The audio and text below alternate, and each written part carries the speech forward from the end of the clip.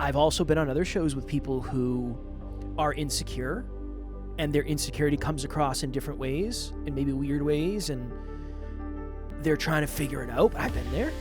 I've been insecure interviewing somebody, and it's a different version of me than I actually wanted it to be. It's like, shit, that went off the rails a little bit. My bad. I think that's why I have empathy, because I've been on both sides. I think me succeeding, making other people feel less, that might be my least favorite part of achievement. I love achievement maybe more than anyone I know. I adore it. I'm an achiever. I feel like achievement is, without achievement, there goes our computers, there goes the global economy, there goes TVs, those don't exist, no electricity. Like, all of those were achievements. Next Level Nation, welcome back to another episode of Next Level University, where we help you level up your life, your love, your health, and your wealth. Today, for episode number 1981, your growth isn't just about you. Learning and reading and evolving and growing and believing in yourself more and working on your self-worth and all that stuff, getting outside your comfort zones, all that stuff is really, really challenging. And I think an extra layer of necessity is understanding that you're not doing it just for you. And in some cases, maybe you use that necessity to understand that you're doing more for other people than you're doing for yourself. And here's the reason why. So as I mentioned in yesterday's episode or the day before, for Valentine's Day, Tara and I went to an escape room. And it was last night. And it was awesome. We had such a blast. 68 buckaroos. It was 68 buckaroos. $34 a person. Well worth it, though. It was well worth it. When we first got there, it was like dead, and there was like nobody there, and I was like, interesting. But they have 4.9 stars. You want to know why no one was there, man? That's not a common Valentine's Day thing. That, but also they segment it very well, so it's like offset. And they do it very well, because there's a person watching you in the room. And if you need clues, you can raise your hand at the camera, and then they hit a button, and the TV gives you clues. Like, so you're kind of guy. It was really cool. It was a really cool experience. But we finished with 24 seconds left. And I think we used like 5 phone a friends. And when the guy came in after, Brian, I was like, hey, level with me, man. How did we do compared to most folks? So you guys are right on par for people who've only done it once or twice. Like, all right, cool. You say that to everybody, though? You lying to me, man? Don't they usually have a scoreboard? Some sort of this room, the record is this, the average is this? I didn't see any of that. It's probably good. You got to gamify. People like that. People, look, 4.9 stars with 400 reviews. People like it. No, I know. I'm just saying the one we did way back, my ex-girlfriend and I, they gave you those stats in advance so you had something to strive for. They might so be that you online. leave wildly disappointed in yourself. Well, that was kind of back. That was the conversation Tara and I had. We're like, do we want hints or do we want to lose? We want to win. Let's get as many hints as we need. But let's work, right? We didn't get our first hint until we were like 20 minutes in, I think. It's like, yeah. All right. But so this was my a good experience. lesson about pride in there. 100%. Well, that's why I asked her. She said, are you going to be disappointed if we don't win? I was like, maybe. I don't know. It's a great question. Here's the lesson. This is the biggest lesson for me. We got to the first, I don't want to give anything away. Again, the odds of anybody going to this very specific place are almost zero, but I respect this business and they're great people. But the first thing, like the first game within this game, I never would have got it. I never would have got it. Not a freaking chance. And then when you accomplish that, the hint it gave, I'd be dead. It was a Wild West room, 1890. I'd still be in 1890 right now. I would have to phone a friend and call Alan and be like, hey man, I'm in the Wild West. I have my one call with this miracle piece of technology. Not gonna be able to make it into the studio today. I'm stuck in the 1800s. Best of luck, brother. I'll see you when I see you. But we got to the end, and we were walking down the stairs to take a picture, which I'll post on social at some point. And I said to Taryn, I said, you are way better at that than I am. Like, you crushed it. You did 75% of the work.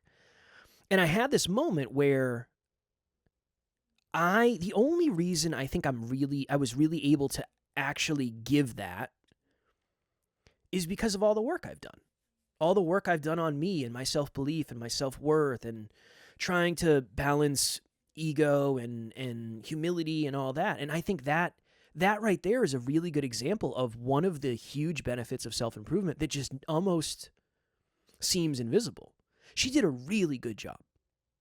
And I think the difference between maybe, again, not to hype myself up, but maybe me and somebody who hasn't done the work is if somebody else was insecure about that, that might have spoiled their mood and that might have spoiled the whole date.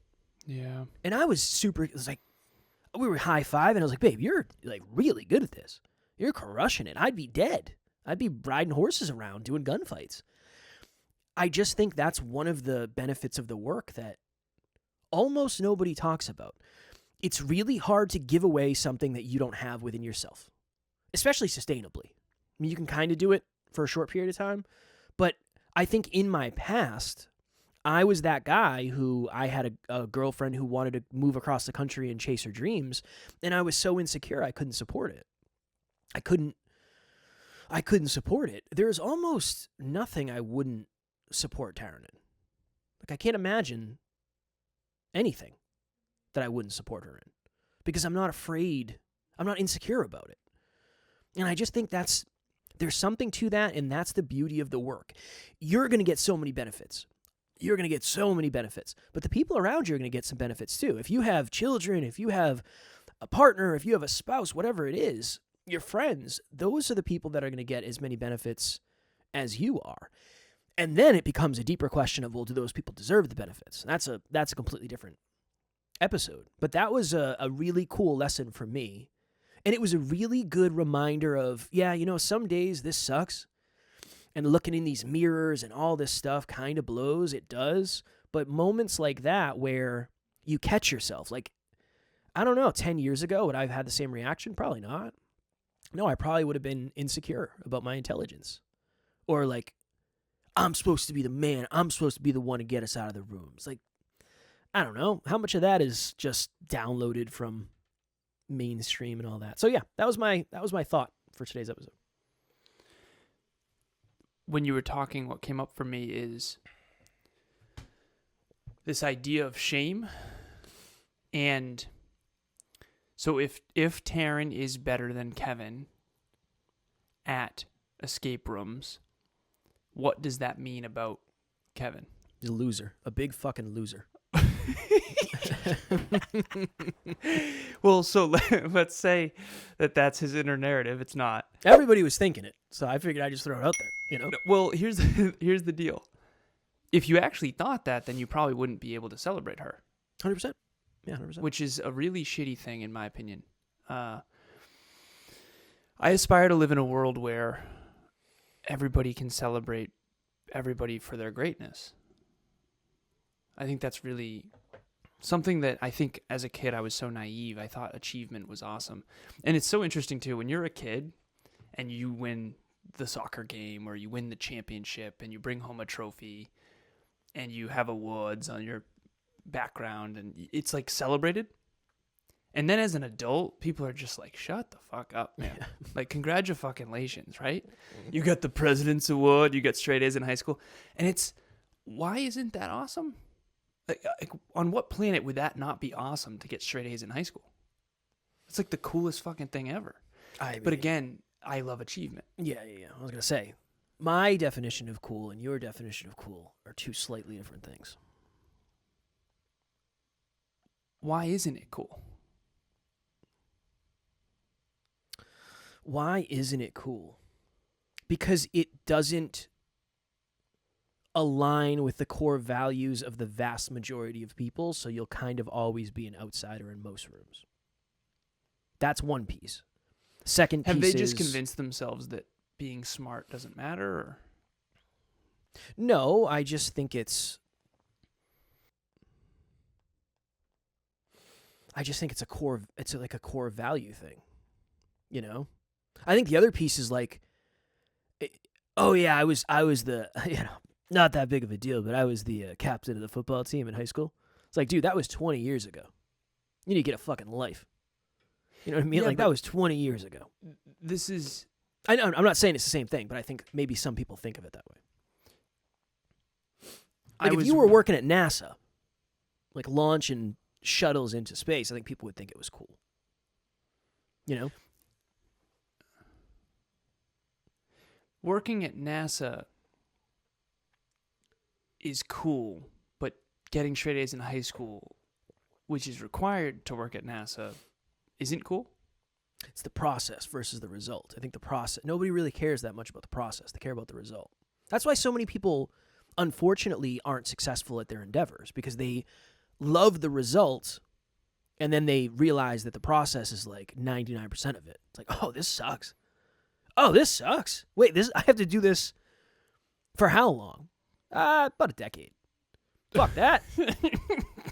No, I won't. I won't do it. That's why we were talking about the 50-year thing. It's like, brother, 50 years.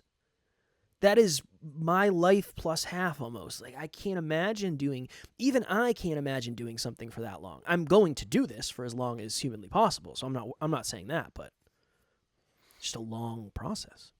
Okay. I was on with a new client yesterday, and I pull up a little asset. It's a square. Upper left is inputs. Okay. Yeah. Upper right is outputs. Those are the results. Okay, so the outputs are the results. The inputs are the habits and tasks. The process. Inputs is the process. Outputs the results. Then the bottom right of the square is measure. You measure the output. And then the bottom left of the square is you adjust accordingly.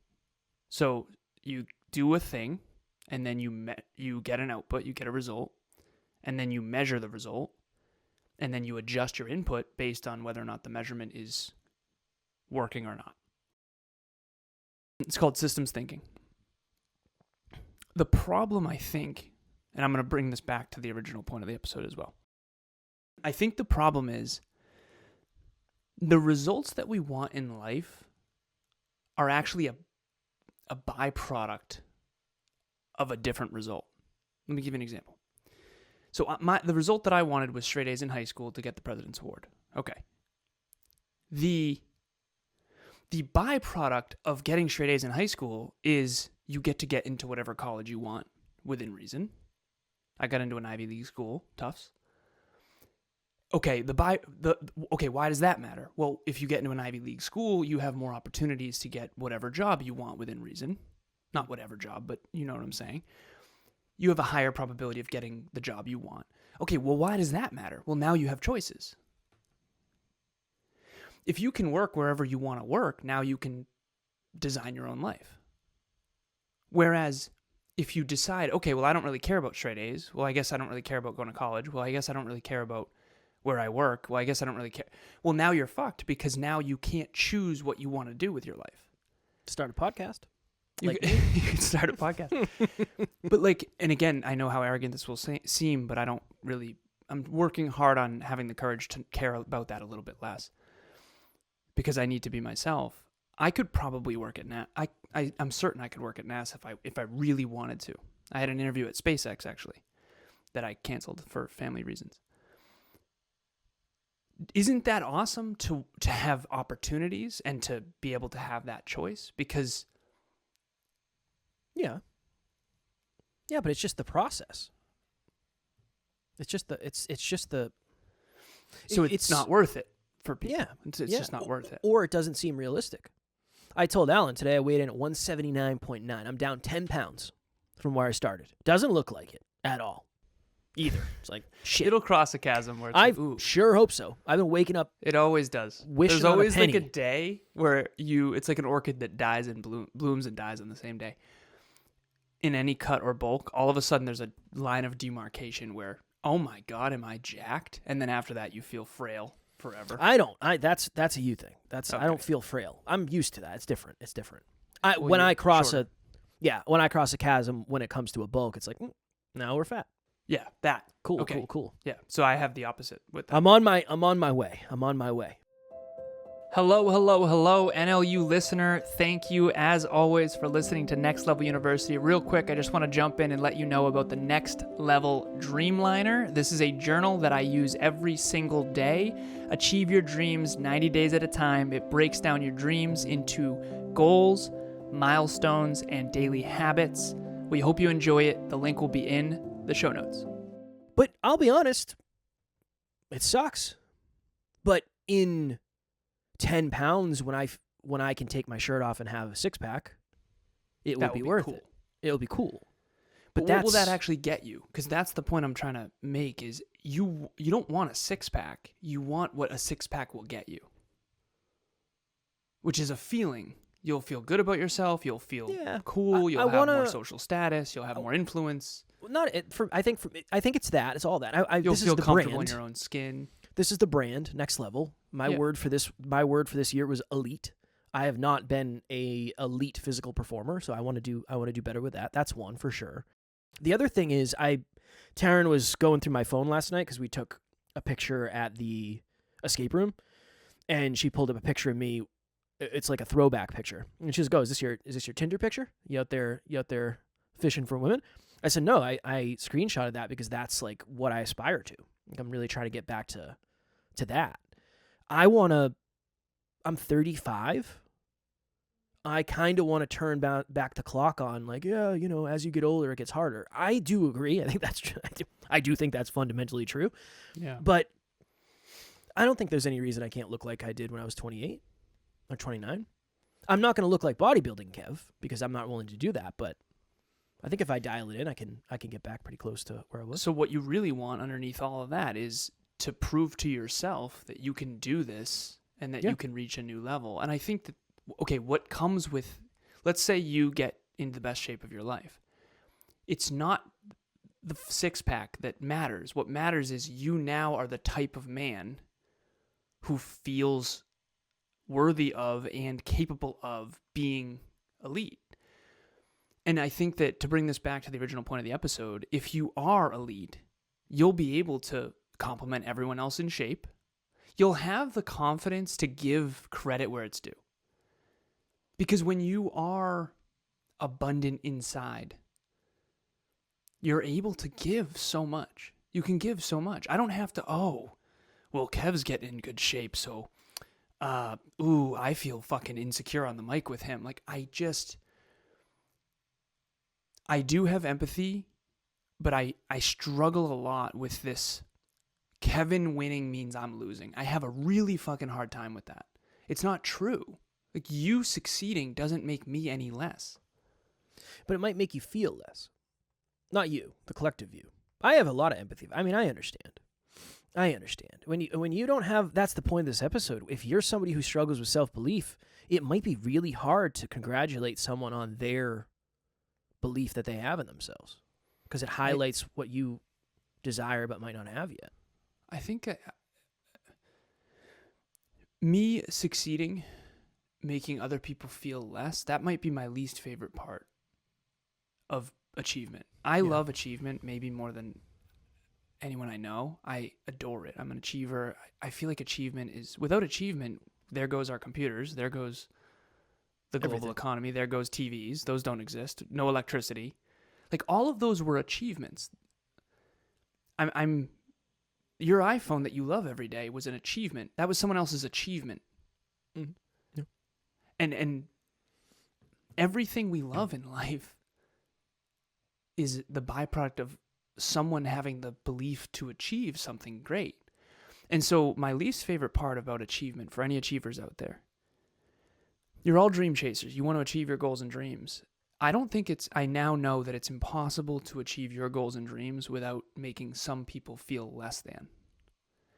And it's not you that makes them feel less than. It's somehow you are a spotlight shining down on their inadequacies or their lack of belief or their lack of achievement or whatever it is. And I hate that a lot. I really wish, how can you inspire someone without achieving? I mean, think about it. I don't know if you can. But you've been saying what inspires some people will repel others. I think belief is the reason. I was on a podcast yesterday with someone who I was on his show 5 years ago. My man, Josh. Josh, just a good dude. Yeah, huge fan. And he said, he hated us. I did too. It doesn't. Great dude. And before we went in the interview, he said, I gotta give you your flowers, man. Like, you guys are just still going. I was like, yeah, man, just trying to get a little better every day. You know, nothing too crazy. We're just trying to get a little bit better every day. No insecurity. No, your success takes away from mine. But so in order to give you that, he has to be abundant inside. yeah, dude's got a lot of belief. Good looking dude, confident. Oh yeah, for sure. Jacked. Stud. You know, like, Yeah.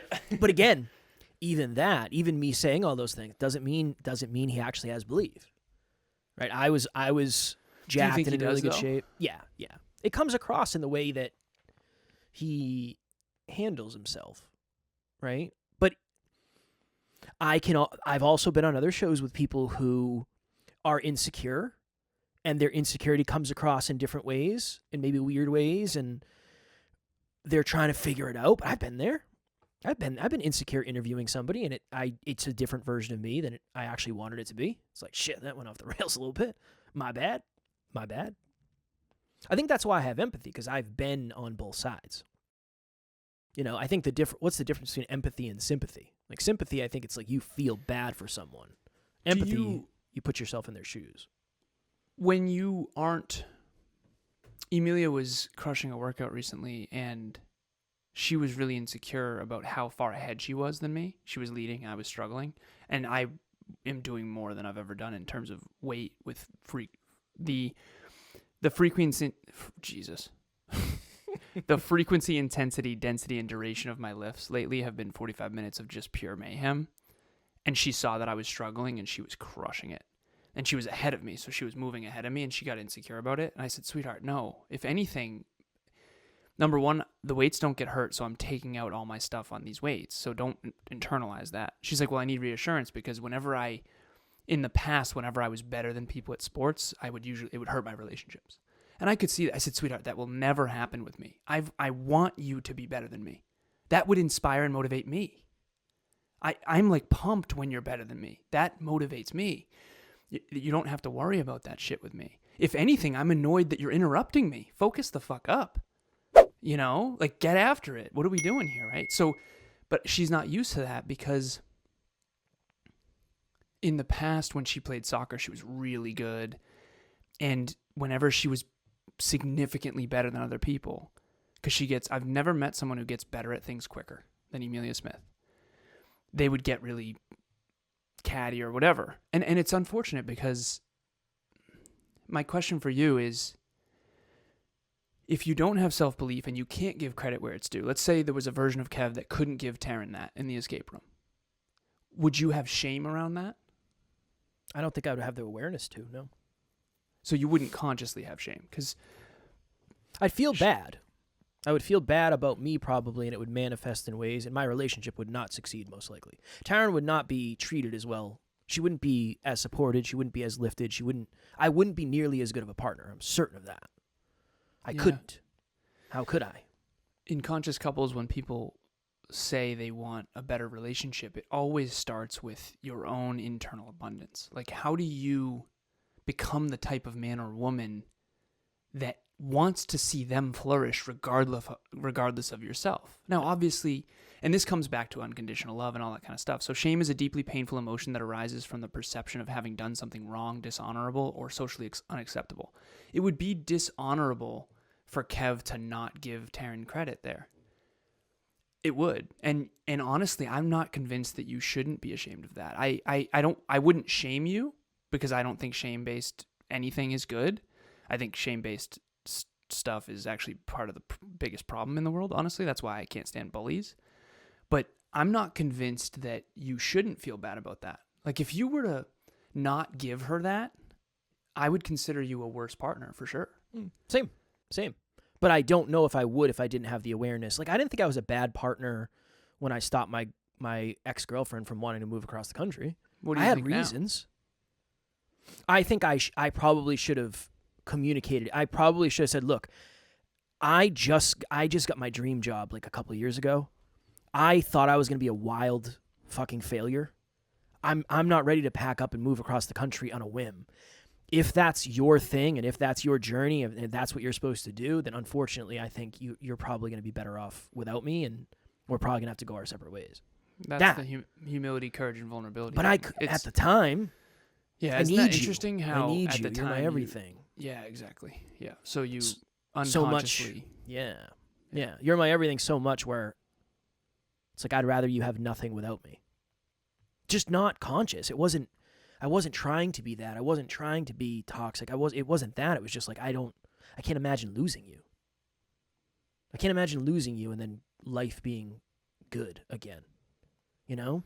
Whoa. It was that. I know we got to pop because book club. A little Saturday AM recording for Alan and Kev today. And book club's in 3 minutes.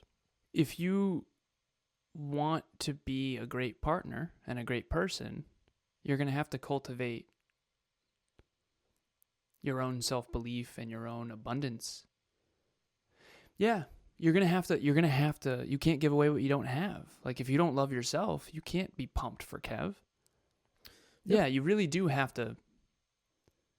I used to say, people always say, well, treat others how you want to be treated. And I always said, no, treat others better than you want to be treated.